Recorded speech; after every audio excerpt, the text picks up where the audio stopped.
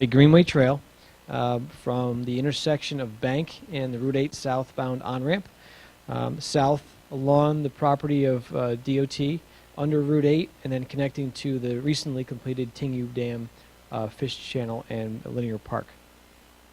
Just quickly in reference what I've just described, for orientation purposes, north is to our right. This is in blue is the Naugatuck River. This running up and down is the east-west section of Bank Street, Route 67. Just beyond the graphic is the balance of Bank Street and River Street, Franklin Avenue intersection, and the improvements that were discussed previously tonight at the public information meeting for the Route 67 project.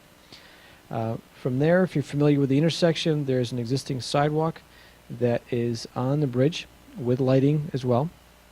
That sidewalk comes to an end with a crosswalk that does come across to the paved island that's underneath the elevated portion of Route 8. From there, it's kind of a pick-your-own path underneath that area to different crosswalks and areas to get to different points downtown. Very complicated intersection, not the safest pedestrian route in the area. And it doesn't take you directly to the trail. It takes you further away from the river. What we're proposing to do is make a break in that parapet that sits at the back side of the sidewalk in that area. Extend a section of sidewalk down to what we'll consider a trailhead, which will be the beginning of what's called a shared use path. That shared use path will support both bicycle and pedestrian activity at the same time.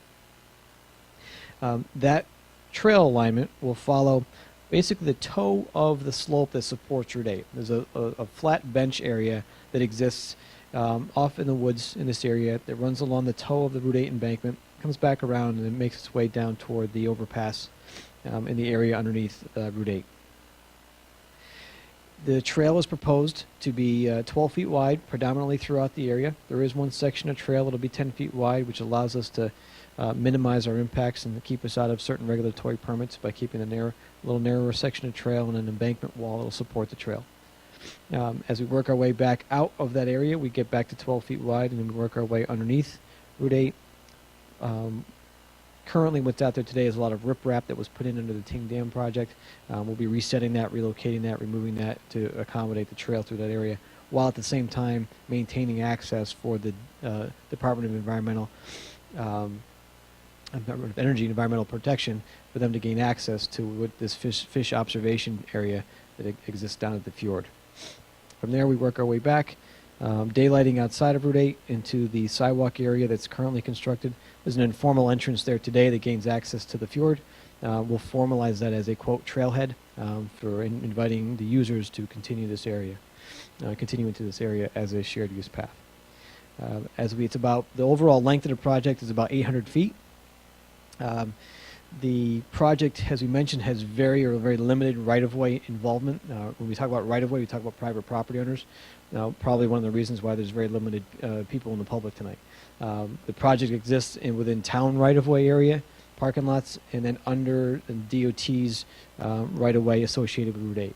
And then we come back and we enter into the right-of-way again for Bank Street on the northern end of the project.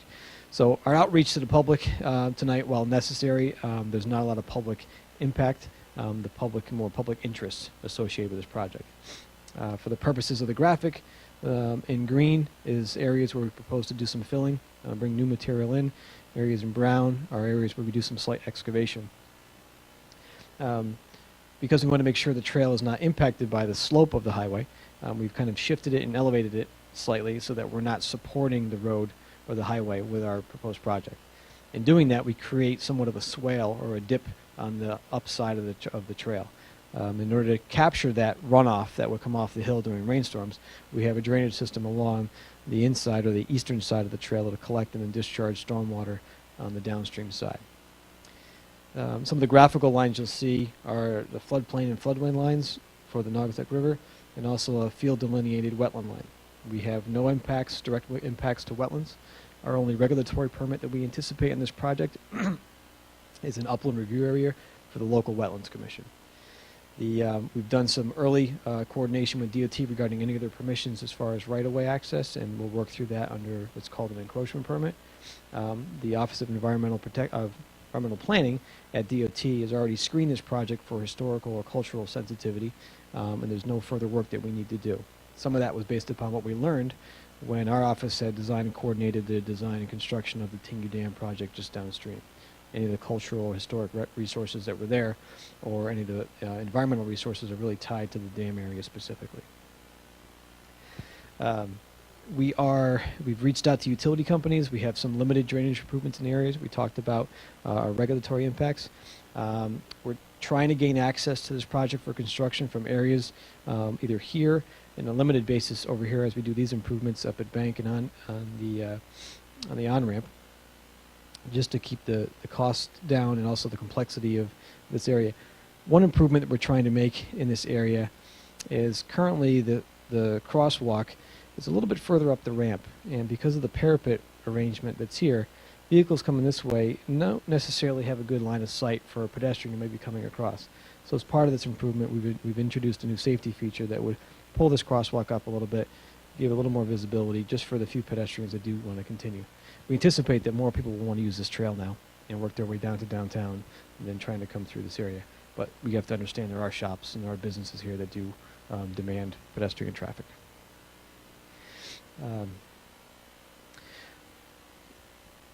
As I mentioned before, the difference of this project from the other presentation tonight, this is actually, we're into the physical preliminary design. We're into design.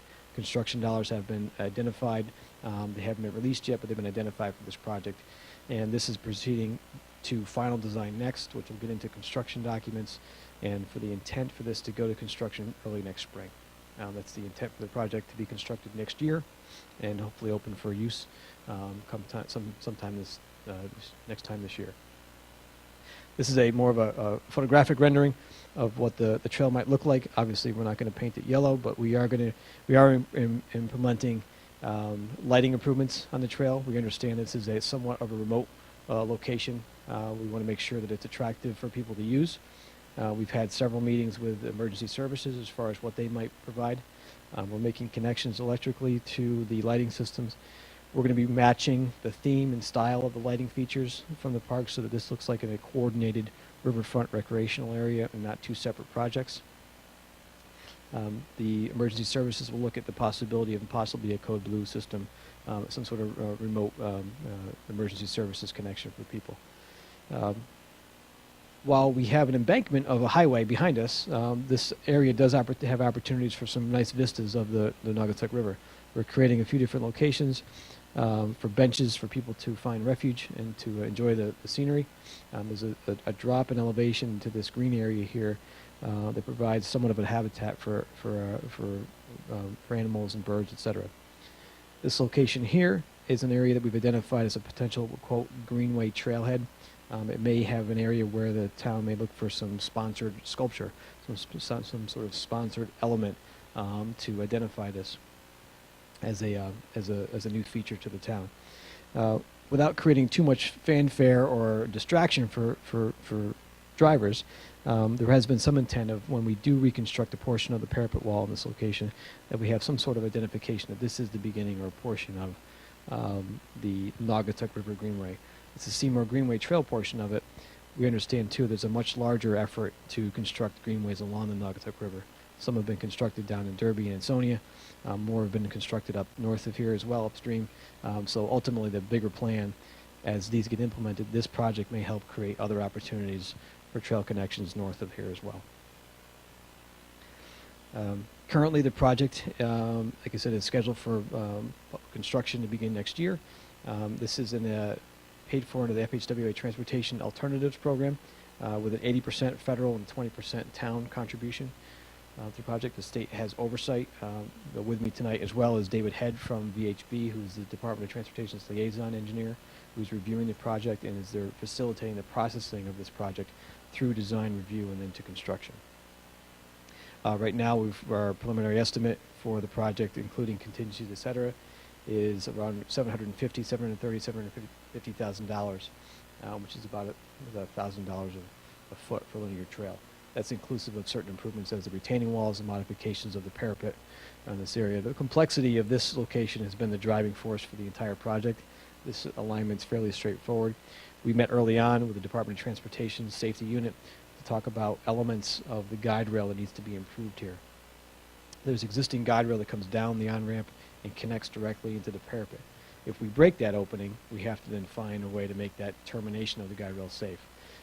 There are systems in place in the design to modify the end of that guide rail to provide a safe connection, and also create a pinch point here. We don't want to create an opening here that vehicles are going to want to just drive in as they come around the corner. It shouldn't be attractive for people to come in. So the use of a sidewalk connection here instead of having a trail begin here was deliberate.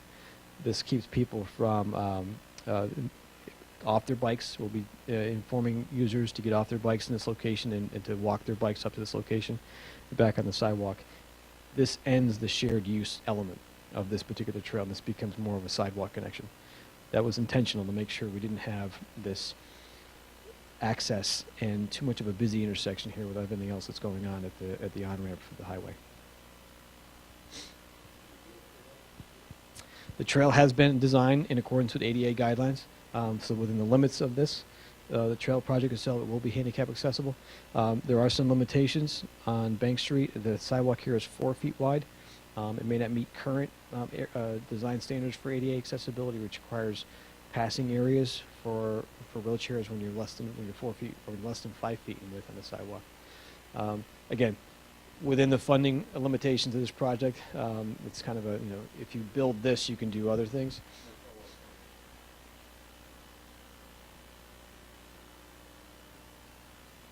Correct. Yeah, correct. Yeah. We won't ask them to get out of their wheelchairs as they move through the corridor. But there is a designation between what's, this is being designed in accordance with shared use bicycle trail standards through this area through here, but we have to terminate that use at this location to safely transition into a pedestrian mode. Now, they can choose to get on their bike again, but that's their choice at that point. Again, fairly straightforward project. The sequence of construction as we go through here will be some tree clearing and other work that has to be done. Lighting improvements will need to be installed, a lot of infrastructure. Whether or not the lighting will be installed, the infrastructure will likely be in place at a minimum. Possibly at a future date, light can be installed depending on where the final construction numbers come in when they go to bid. There is some signalization changes that are occurring here. There's a existing pedestal-mounted three-lensed signal head at this location. Because of the parapet changes we need to make, we need to move that pedestal back behind the wall. Still visible. There's a very large Route 8 on-ramp sign that's there. That needs to get relocated as well to accommodate these improvements.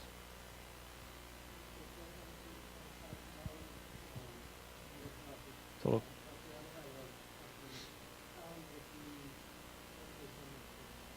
We're at 20%, so about $150,000. Yep. And I believe that's the number that they've included in their budget discussions as well with earlier on. There was some earlier coordination with the town as they got into their budget season regarding that number.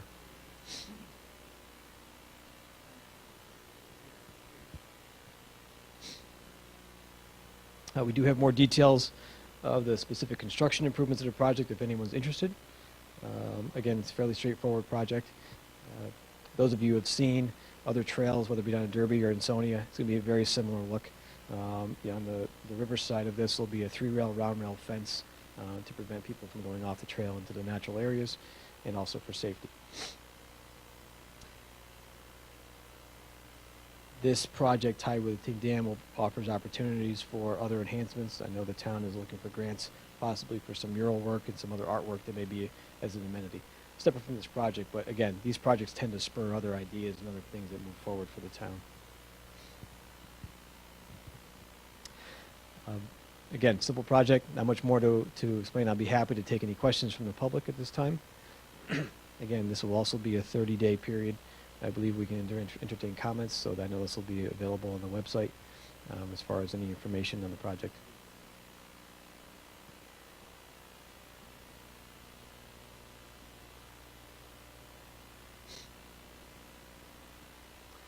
Without any further questions, I thank you all for being here tonight and look forward to seeing this completed and constructed for the town of Seymour. Thank you.